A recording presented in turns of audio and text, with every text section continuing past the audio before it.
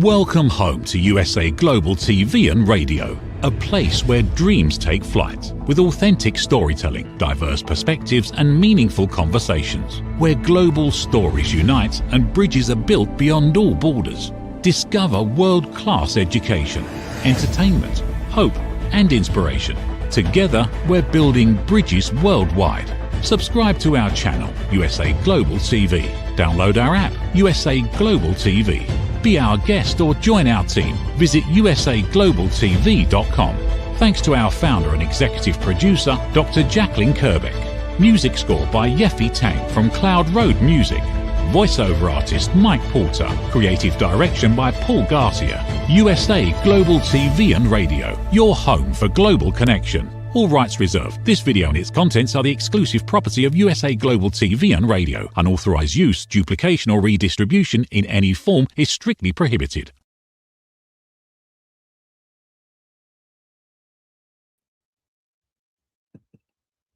Hello, everyone. Welcome to USA Global TV and Radio, where we proudly provide world-class education, entertainment, hope, and inspiration. I'm Dr. Jacalyn KERBECK, and my show today is Talking Heads. And before we begin, I do have a special announcement, which is that today is our 4-year anniversary. And I was looking for the graphic. There it is. So we are celebrating 4 years in business, having evolved from rapping with Dr. Jacalyn to a global broadcast network in over 60 countries.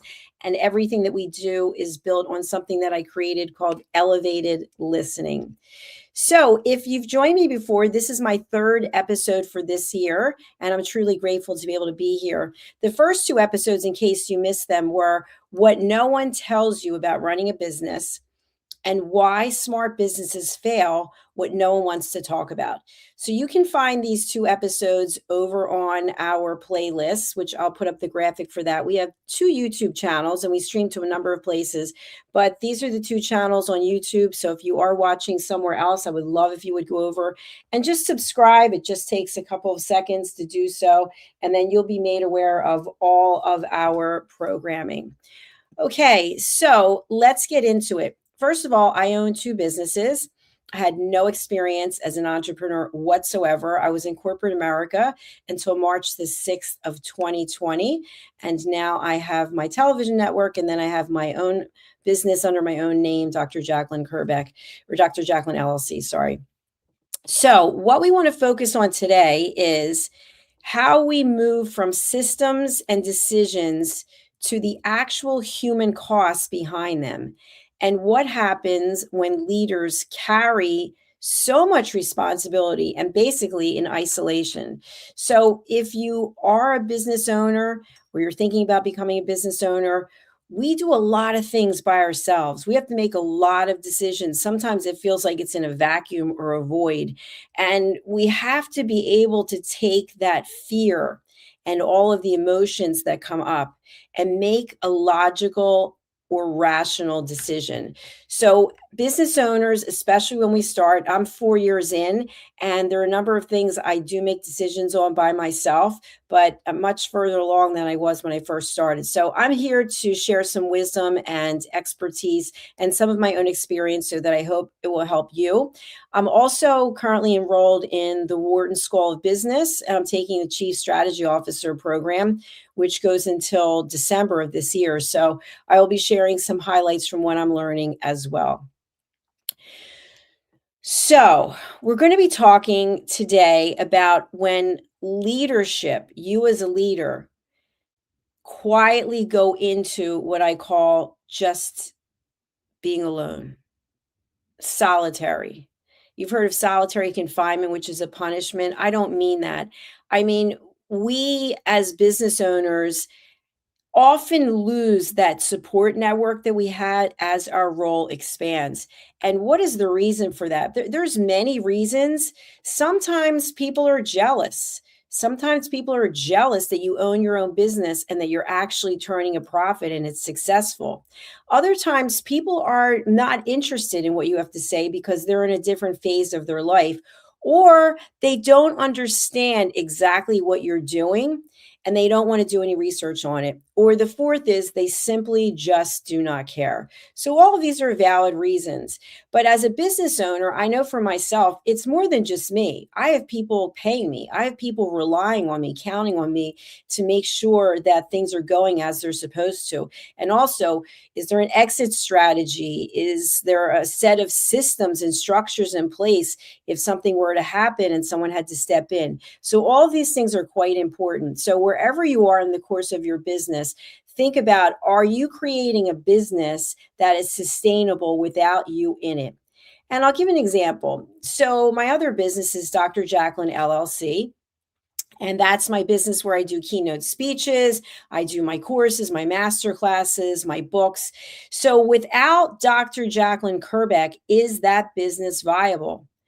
I would say probably not. I'm sure there is some way to keep the books out there forever and the courses you can download. But in terms of fresh new content, in terms of someone getting on the stage and giving a keynote speech or leaving a live masterclass, no one can be me. So there's something to be said about that. And that's part of the reason why when I first started USA Global TV LLC, that I separated church and state, if you will, so that this business, the television network, is not based just on me. Am I the one who is making decisions about how we're moving forward? Absolutely. But we have people who are trained as producers. And I've also recently, as of today, written a production manual so that that can be shared with anyone. And of course, we have people doing marketing and search engine optimization, et cetera, et cetera. So think about, how much are you in the business versus how much are you sort of like the eagle overlooking the business so that you can actually see where you're going? And what is your strategy? What is your value? And what is your value statement? We'll be talking about these things in future episodes.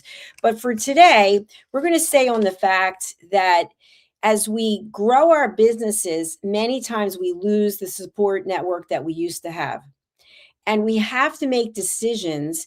And when we make these decisions, we can count on some other people who might be mentors or coaches or maybe other business owners. But even when that happens, we still are the ones making the decision. Because if we're relying on others to make the decision for us, then we have to accept the consequences that come with that. That means we're turning over our control and our inner knowing of what it is we want to do to someone else. And when that happens, who knows what's going to happen with the business. I want to talk a little bit about the fact that while we are in this role of leader and we are alone, that there's an emotional and strategic toll that takes place because of this. When we are the ones who are making the decisions, sometimes those decisions come as judgment from other people. So what do I mean by that? People may judge the decisions that I make.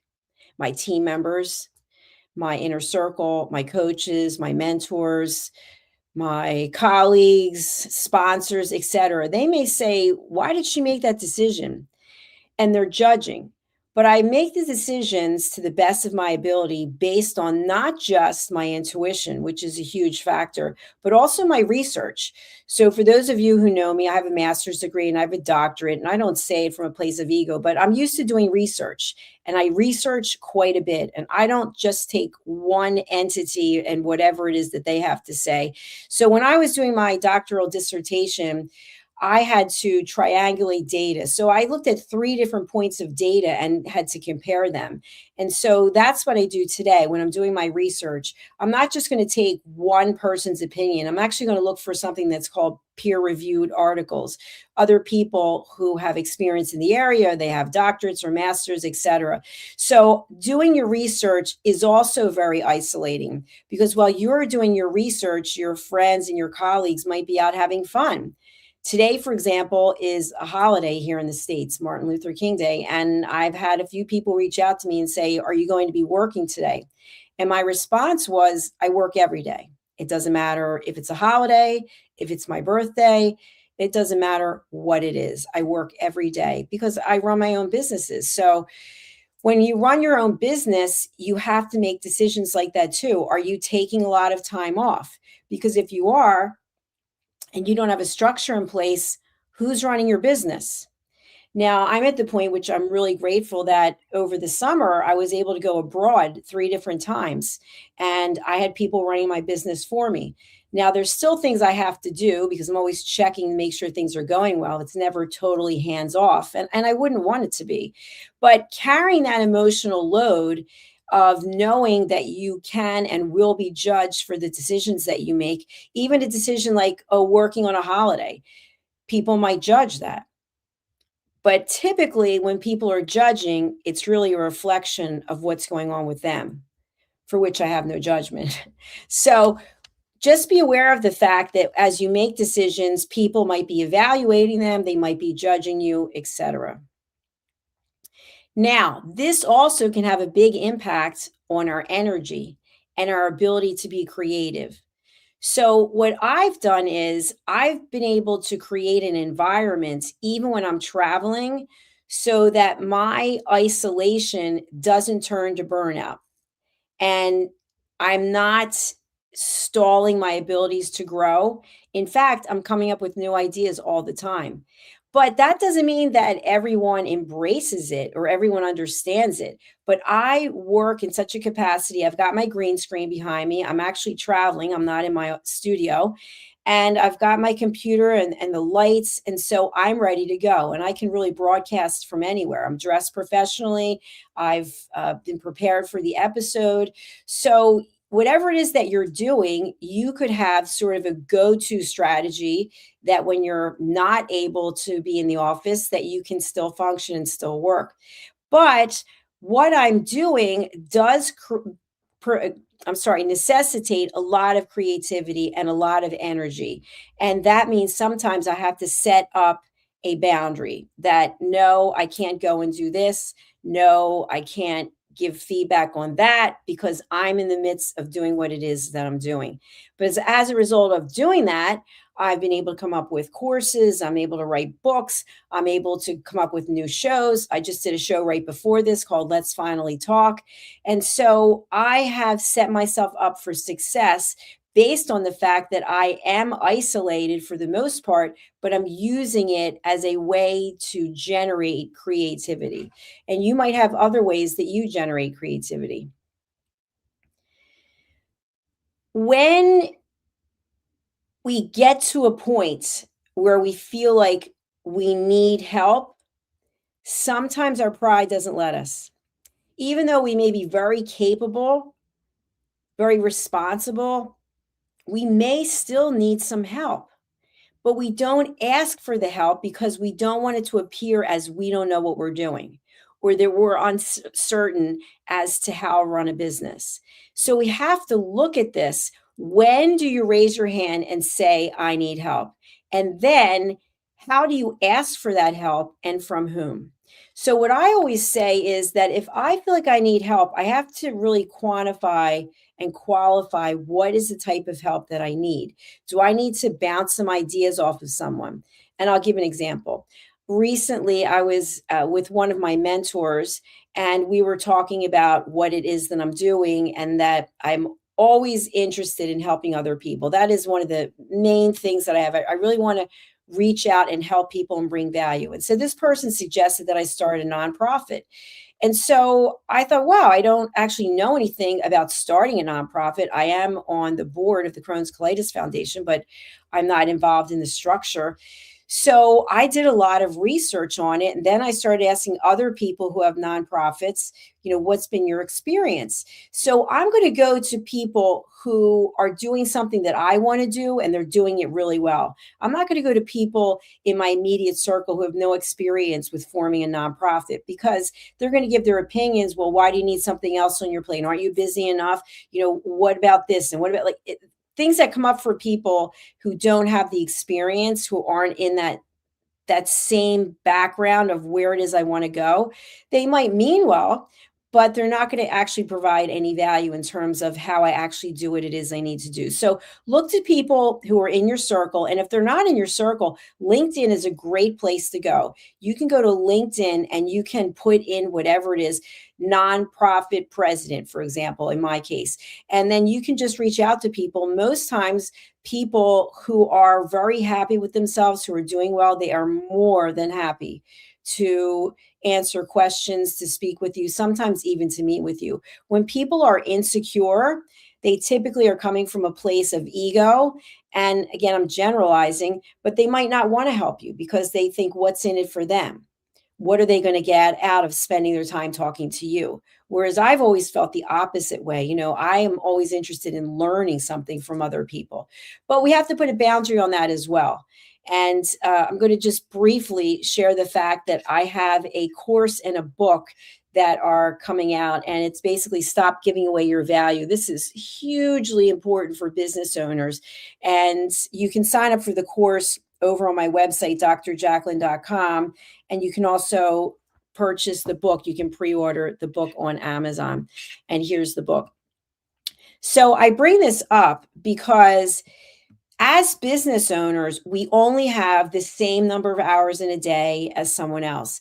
But when you work for someone else, at least my experience, having been in corporate for, I think, 30 years, you're getting a paycheck. You're on the clock, then you're off the clock. When you leave the building, it's usually someone else's issue, unless you're in sales, for example, and you've got quotas to meet, or maybe you're in service and things aren't going well. There's all different ways that we could explore that on another program. But when you're running your own business, you're never really away from it. So when I mentioned I was over in Europe traveling, even though I had people producing the shows and doing the accounting and the bookkeeping and whatnot, I still am responsible for the business. So I still had to be available to answer calls. I still had to be available to watch shows and see how they were going. So you never are fully away if your heart is really in it, I think, and if you have a certain level of passion for it. So we know now, hopefully, how and when to ask for help and for whom to ask help from. So the next thing is understanding when that isolation can be harmful. So as I mentioned, I spend a big majority of my time being alone. And I don't mind it. I'm very happy with it because I come up with all kinds of ideas and I really love what I'm doing.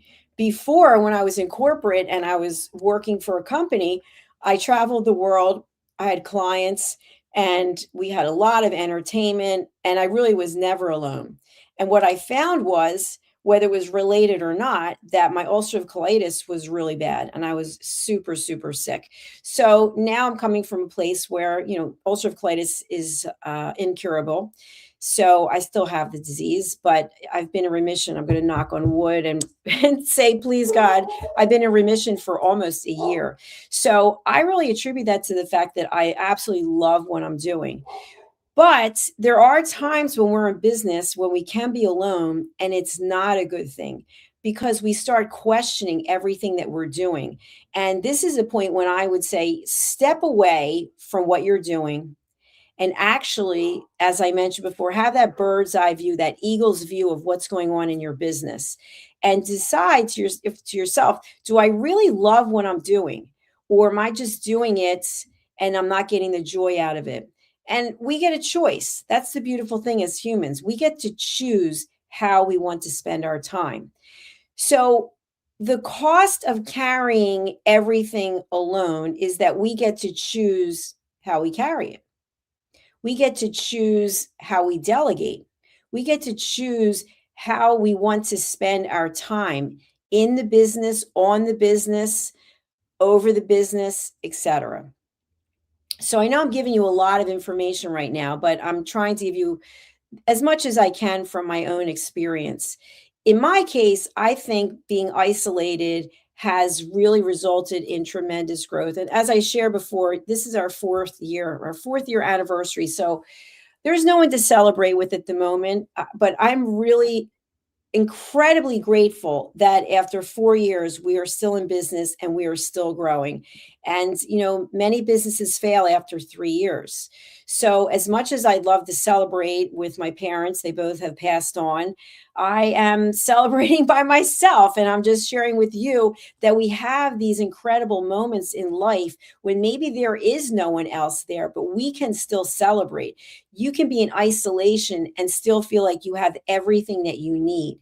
It's all a matter of perspective. And I truly believe how we feel about ourselves. And at the core of all of this is something that I really am very passionate about. I'm a peace ambassador, and I really believe in us finding inner peace. When we have that inner peace, then that isolation is not a negative thing. It's not you're running and hiding because you don't want to face the world. You're choosing to spend your time growing personally, growing professionally. As I mentioned, I'm taking a course at Wharton Business School, and I don't really need to have any formal education because I've got the bachelor's, the master's, and I've got the doctorate. But I chose to apply to see if I could get in. And when Wharton accepted me, I was thrilled. So, my point is, I've chosen to get more formal education, especially when it comes to strategy, so that I can continue to grow this business and my other business because I don't know everything. So keep that in mind. We can choose how we look at being isolated. Now, many times we as leaders will introduce trusted advisors, a board possibly, brainstorming, focus groups. And sometimes leaders can be concerned that when we bring other people into the business, that we're going to lose our leverage. And I found that that's not true. That again comes from a place of fear. So think about two places you can come from. One is love, and the other is fear. And when you come from a place of fear, you could be questioning everything. You could be keeping things so tightly held, so tight to the chest that you're not able to grow. Because if you're not going to trust anyone, then that really is limiting. And I've shared this before, but I've brought on people as partners. I've hired consultants, I've hired suppliers, and overall, it's been a good experience. But there have been three experiences that were very negative, and they stay with me all the time as a reminder that sometimes we trust and we misplace where we put that trust. So I'd hired some partners and I paid them, I think, $32,500 to do certain things. And then they just didn't do them. And I had to do it myself. So what happened was, as a result of that, I learned how to do certain things, which I don't want to say because I don't want to say specifically who the people are. They know who they are. But the one thing I can say is that every time I have made what I will call a mistake, I have gained incredible value from it. And the one piece of advice that I took from the situation where these partners took my money was put the emotion aside and find the solution. And that is something that has stuck with me because my father would always say I was really prone to high highs and low lows. And now I'm like this. And I've had to work on it.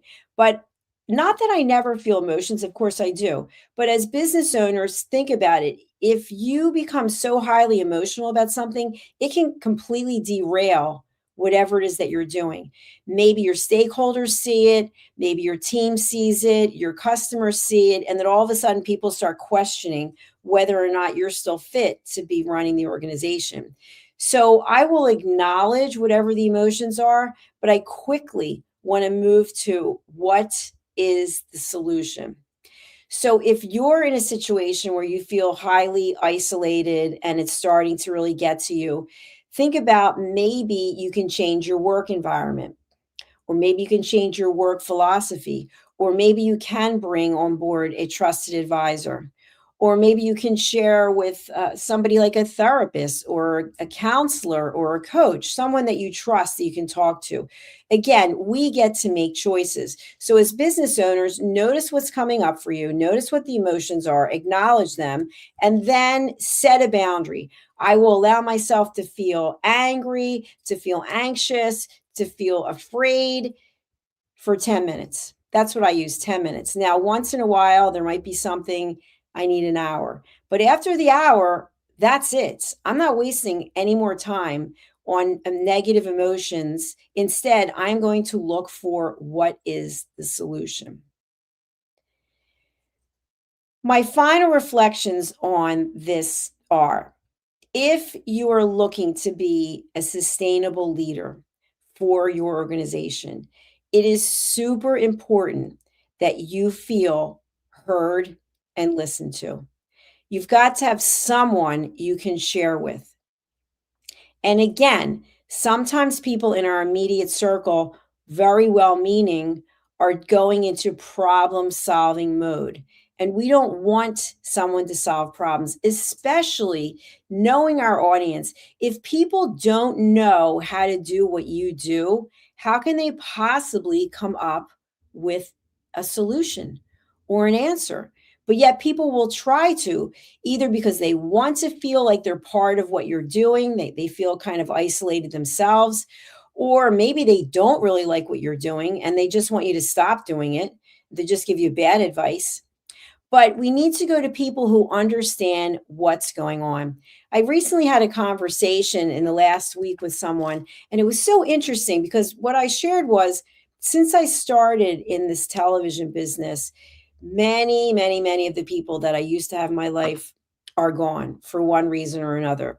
And the people who are here today are typically people who are in the television business, because we understand what it takes to run a television show, or what it's like to be in the public domain and all the work that goes on behind the scenes. So even though the core group of people that I had in my life before the pandemic, they're gone, I have a new group of people in my life who are doing some of the similar things that I'm doing, who have an interest in education or finding peace or giving back.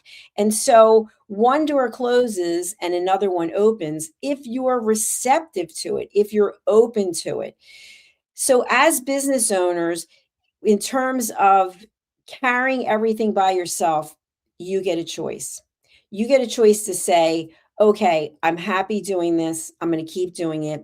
Or I'm at the point where I need some help, so I'm going to go to a trusted advisor or a mentor or another business owner, and I'm going to ask for counsel just in what are they doing, not specifically what should I do, because how do they know what I should do, what you should do? We don't know what each other should do. We can just give our advice, but that doesn't mean that it's good advice. And then make decisions. Do I like what I'm doing?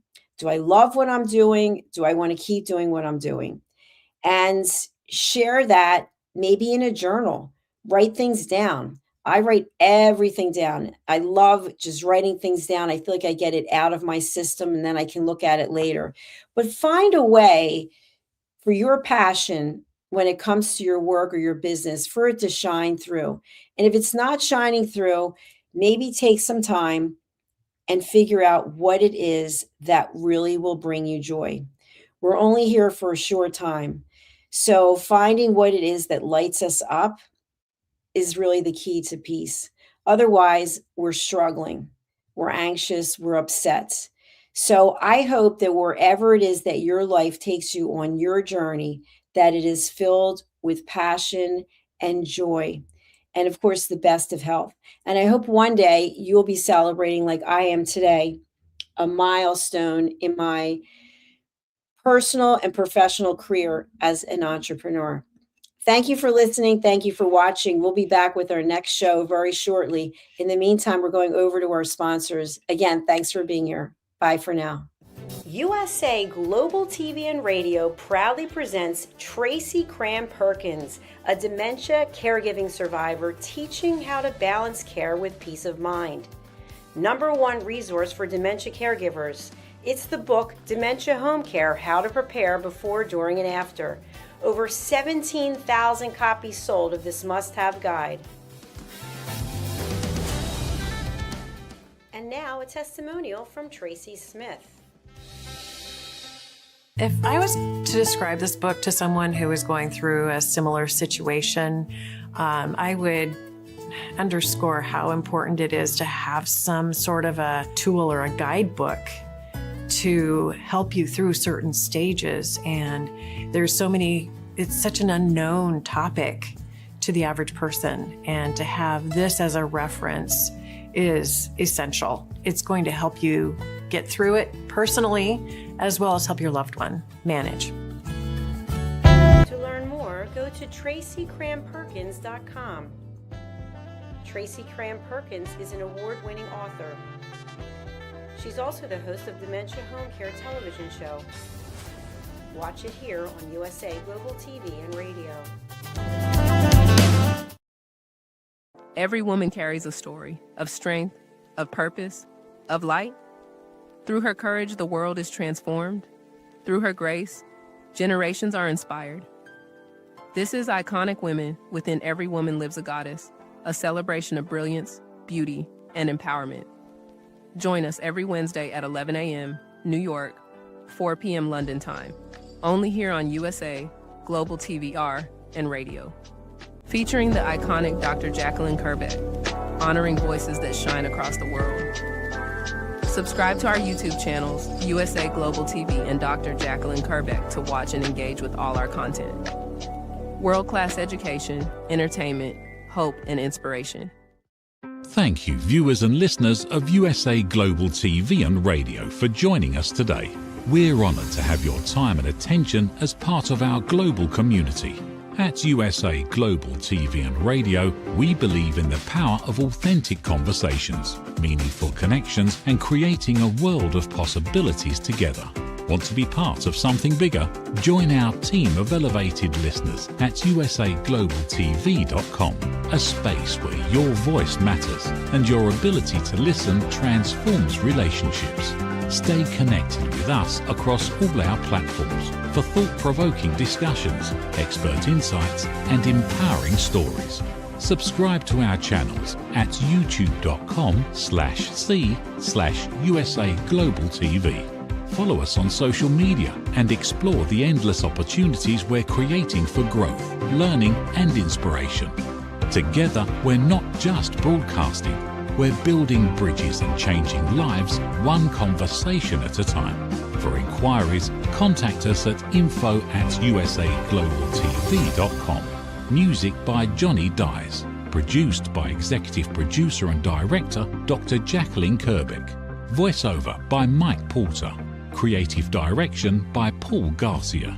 All rights reserved. Copyright 2025. Visit usaglobaltv.com to view our full terms and conditions.